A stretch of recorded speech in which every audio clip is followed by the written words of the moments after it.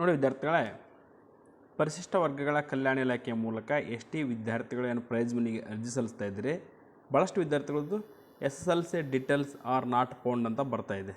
ಅದಕ್ಕೆ ಪರಿಹಾರ ತಿಳಿಸ್ಕೊಡ್ತೀನಿ ಬನ್ನಿ. ನೋಡಿ ವಿದ್ಯಾರ್ಥಿಗಳೇ, ನಮ್ಮ NSK tech news Kannada YouTube ಚಾನಲ್ನ ವಿದ್ಯಾರ್ಥಿಗಳು ಚಂದ್ರಶೇಖರ್ ಮತ್ತು ಕಾರ್ತಿಕ್ ಅಂತ ಸೇಮ್ ಪ್ರಶ್ನೆ ಕೇಳಿದ್ದಾರೆ. SLC bar 10th details not found for this registration contact your taluk office ಅಂತ ಬರ್ತಾ ಇದೆ. ಮತ್ತು ಇನ್ನೊಂದು ಕಾರ್ತಿಕನವರು ಕೂಡ ಕೇಳಿದ್ದಾರೆ, sir for post metric prize money it's showing SLC details not found, what to do please reply. Okay, update ಮಾಡ್ತೀನಿ ವಿದ್ಯಾರ್ಥಿಗಳೇ. ನೋಡಿ ವಿದ್ಯಾರ್ಥಿಗಳೇ, ನಿಮಗೆ 4 ರೀತಿ ಪಾಸಿಬಿಲಿಟೀಸ್ ತಿಳಿಸ್ಕೊಡ್ತೀನಿ.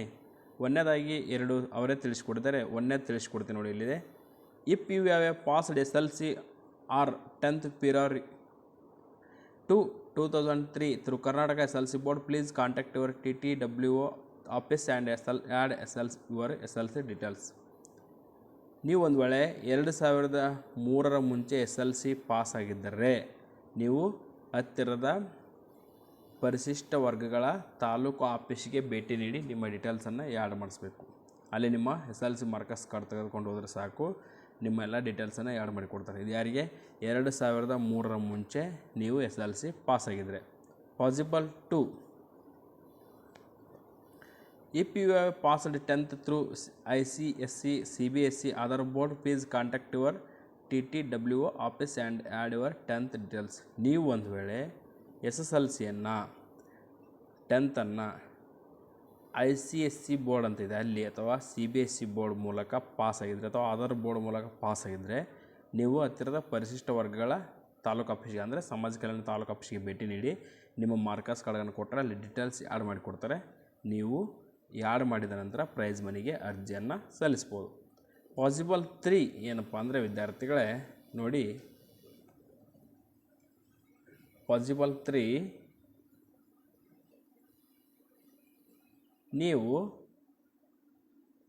SSLC ಎಕ್ಸಾಮ್ 1, 2, 3 ಅಂತ 3 ಆಗಿದೆ.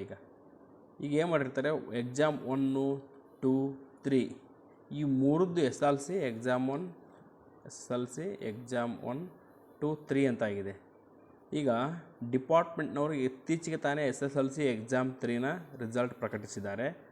ಹಾಗಾಗಿ ಕೆಲವೊಂದಿಷ್ಟು ವಿದ್ಯಾರ್ಥಿಗಳ ಮಾಹಿತಿಯನ್ನು ಬೋರ್ಡ್ನವರು ಇನ್ನೂ ಕೂಡ ಸಮಾಜ ಕಲ್ಯಾಣ ಇಲಾಖೆ ಅಥವಾ ಪರಿಶಿಷ್ಟ ವರ್ಗಗಳ ಕಲ್ಯಾಣ ಇಲಾಖೆ ಇನ್ನೂ ಸಬ್ಮಿಟ್ ಮಾಡಿಲ್ಲ. ಯಾಕಂದರೆ ಆ ವಿದ್ಯಾರ್ಥಿಗಳು ನಮ್ಮದಿನ್ನೂ ರಿಸಲ್ಟ್ ಹೆಚ್ಚಿಗೆ ಮಾಡ್ಕೊಳ್ಬೇಕು, ಇನ್ಕ್ರೀಸ್ ಮಾಡ್ಕೊಳ್ಬೇಕು, ಅಥವಾ ನಾಟ್ ಕ್ಲಿಯರ್ ಆಗಿರ್ತಕ್ಕಂಥ ವಿದ್ಯಾರ್ಥಿಗಳು ಕ್ಲಿಯರ್ ಮಾಡ್ಕೊಳ್ಬೇಕಂತ ಭಾಳಷ್ಟು ವಿದ್ಯಾರ್ಥಿಗಳು ಎಕ್ಸಾಮ್ 1, ಎಕ್ಸಾಮ್ 2, ಎಕ್ಸಾಮ್ 3 ಅಟೆಂಡ್ ಮಾಡಿದ್ದೀರಾ.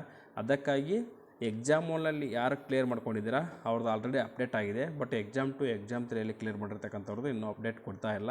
ಅದಕ್ಕಾಗಿ ನೀವು ಹತ್ತಿರದ ಸಮಾಜ ಕಲ್ಯಾಣ ಆಫೀಸ್ಗೆ ಭೇಟಿ ನೀಡಿ ಈ ಒಂದು ಮಾಹಿತಿಯನ್ನು ಅಪ್ಡೇಟ್ ಮಾಡಿಕೊಂಡು ಸ್ಕಾಲರ್ಶಿಪ್ಗೆ ಅರ್ಜಿಯನ್ನು ಸಲ್ಲಿಸ್ಬೋದು. ಇದಲ್ಲದೆ ಕೆಲವೊಂದಿಷ್ಟು ಸಾರಿ ವಿದ್ಯಾರ್ಥಿಗಳ ಮಾಹಿತಿ ಏನಾಗ್ಬಿಟ್ಟಿರುತ್ತೆ, ವಿದ್ಯಾರ್ಥಿ ಈ ವರ್ಷ ಡಿಗ್ರಿ ಇದ್ದಾಳೆ ಅಂದ್ಕೊಳ್ಳೋಣ, ಡಿಗ್ರಿ ಇದ್ದಾನೆ, ಆ ವಿದ್ಯಾರ್ಥಿಯ ಒಂದು ಡಿಗ್ರಿ ಇದ್ದಾರೆ, ಆ ಡಿಗ್ರಿ ಮೇಲೆ ಪ್ರೈಸ್ ಮನಿ ಆಗ್ತಾ ಇದ್ದಾರೆ ಅಂದ್ಕೊಳ್ಳೋಣ. ಆಗ ಅವರು SSLC ಡೀಟೇಲ್ಸು ಏನಾಗ್ಬಿಟ್ಟಿರುತ್ತೆ, ಫಸ್ಟ್ ಅಟೆಂಪ್ಟಲ್ಲಿ ಪಾಸ್ ಆಗಿರೋಲ್ಲ, ಅವ್ರು ಏನು ಮಾಡಿರ್ತಾರೆ ಎಡಿಷ್ನಲ್ ಅಂದರೆ ಸಪ್ಲಿಮೆಂಟರಿ ಎಕ್ಸಾಮ್ ಕಟ್ಟಿ ಪಾಸ್ ಆಗಿರ್ತಾರೆ. ಅಂಥ ಸಂದರ್ಭದಲ್ಲಿ ಅಂಥ ಮಾಹಿತಿಗಳನ್ನು ಕೆಲವೊಂದಿಷ್ಟು ಸಾರಿ ಡಿಪಾರ್ಟ್ಮೆಂಟ್ಗೆ ಈ ಒಂದು SLC ಬೋರ್ಡ್ನವರು ಸಬ್ಮಿಟ್ ಮಾಡಿರಲ್ಲ. ಅದಕ್ಕಾಗಿ ಕೂಡ ಅವರು ಅಪ್ಡೇಟ್ ಆಗಿರಲ್ಲ. ನೀವು ಸಮಾಜ ಕಲ್ಯಾಣ ಆಫೀಸ್ ತಾಲೂಕು ಆಫೀಸಿಗೆ ಭೇಟಿ ನೀಡಿದರೆ ಸಾಕು, ಅದು 5ರಿಂದ 10 ನಿಮಿಷದಲ್ಲಿ ಅಪ್ಡೇಟ್ ಮಾಡಿಕೊಡ್ತಾರೆ. ನೀವು ನಂತರದಲ್ಲಿ ಪ್ರೈಸ್ ಮನಿ ಅಪ್ಲಿಕೇಶನ್ ಹಾಕ್ಬೋದು. ಏನಾದರೂ ಡೌಟ್ಸ್ ಇದ್ದರೆ ಕಮೆಂಟ್ಸ್ ಮಾಡಿ ತಿಳಿಸ್ಕೊಡ್ತೀನಿ. ಈ ಮಾಹಿತಿ ಇಷ್ಟ ಆದರೆ ದಯವಿಟ್ಟು ಲೈಕ್ ಮಾಡಿ.